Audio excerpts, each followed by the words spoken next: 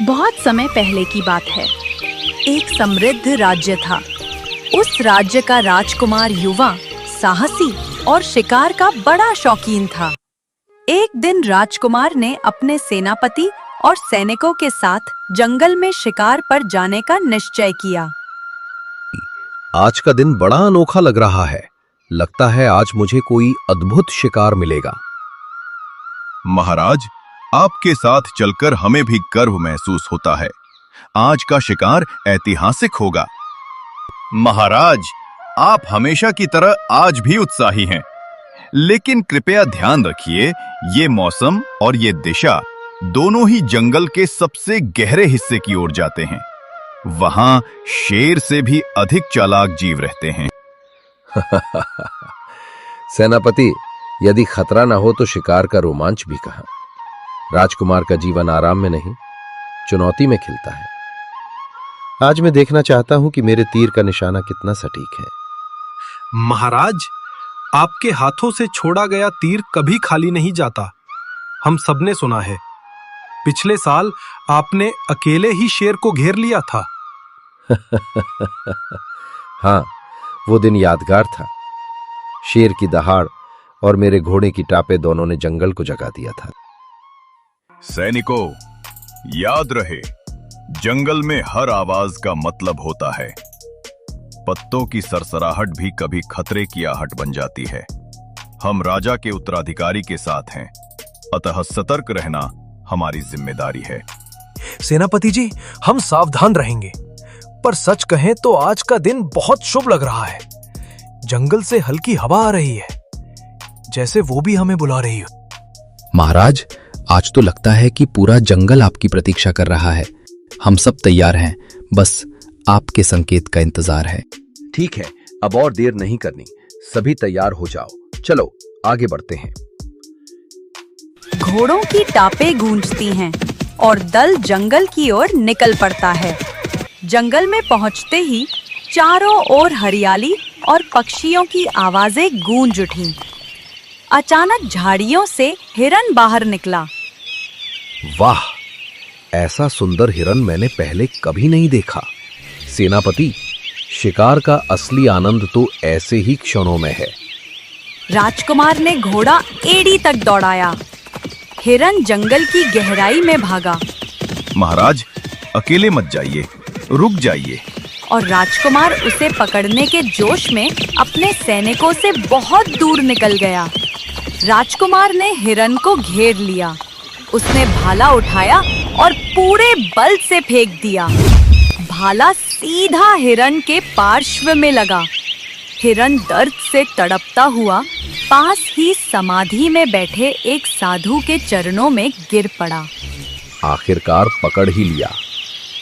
अरे दुष्ट, किसने मेरी गहन साधना भंग करने का साहस किया? भगवन, मैं राजकुमार हूं। ये हिरन मेरा शिकार था। अनजाने में आपकी साधना भंग हो गई। अरे मूर्ख, तेरे भीतर केवल अहंकार है। क्या तू नहीं जानता कि जीवन लेने से धर्म की अवहेलना होती है? तू राजकुमार होते हुए भी करुणा से शून्य है। कृपा कर क्षमा करें। तेरे जैसे घमंडी राजकुमार के लिए यही दंड उचित है। मैं अपराधी हूं, किंतु मुझे क्षमा करें। मैंने जानबूझकर आपकी साधना नहीं तोड़ी।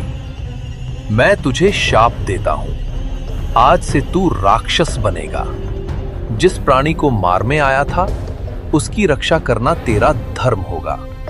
और ये हिरन, ये मीला कमल बन जाएगा। नहीं, ये मेरे साथ क्या हो रहा है? कृपा करें भगवान, मैं अपराधी हूं गुरुदेव, मुझे क्षमा करें। क्षण भर में राजकुमार का रूप बदल गया। वही घायल हिरन नीले कमल के फूल में परिवर्तित हो गया। इसी बीच सेनापति और सैनिक वहां पहुंचे। सेनापति जी, ये तो कोई भयंकर राक्षस है। नहीं, ये हमारे महाराज हैं, हमारा राजकुमार। भगवान, कृपा करें, हमारे राजकुमार युवा हैं, उनका भविष्य उज्जवल है, उन्हें क्षमा करें। हाँ भगवान, हम सब उनके साथ हैं, कृपा कर दया करें। राजकुमार, दिया हुआ शाप मैं वापस नहीं ले सकता, परंतु सुन, तेरा उद्धार संभव है। क्या सचमुच मेरी मुक्ति संभव है गुरुदेव? एक दिन तुझे ऐसी कन्या मिलेगी जिसका हृदय निर्मल और साहस अटूट होगा। वह तेरे हर प्रश्न का उत्तर सत्य और निडरता से देगी। उसी क्षण तेरा शाप टूट जाएगा। हां, और ये नीला कमल जब किसी पीड़ित रोगी के पास रखा जाएगा तो उसकी सारी बीमारियां समाप्त हो जाएंगी। ये कमल तेरे उद्धार का साक्षी होगा। मेरा अहंकार ही मेरा शत्रु था। मैं इस नीले कमल की रक्षा जीवन भर करूंगा। अब मेरा जीवन प्रतीक्षा है, उस कन्या की प्रतीक्षा और इस नीले कमल की रक्षा। महाराज, हम प्रार्थना करेंगे कि वो वीरांगना जल्द ही आपसे मिले। तब तक हम राज्य को संभालेंगे। राजकुमार अब राक्षस के रूप में नीले कमल की रक्षा करने लगा।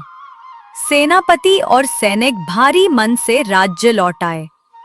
इस प्रकार राजकुमार शापित होकर भी लोक हितकारी बन गया। नीला कमल उसकी साधना और धैर्य का प्रतीक था। अगर आपको ये कहानी पसंद आई हो तो अगली दिलचस्प कहानी के लिए इंतजार कीजिए। और हाँ, चैनल कहानियां हिंदी स्टोरी को जरूर सब्सक्राइब करें। आपके एक छोटे से सपोर्ट से हमें बड़ी हिम्मत मिलती है। मिलते हैं अगली कहानी में।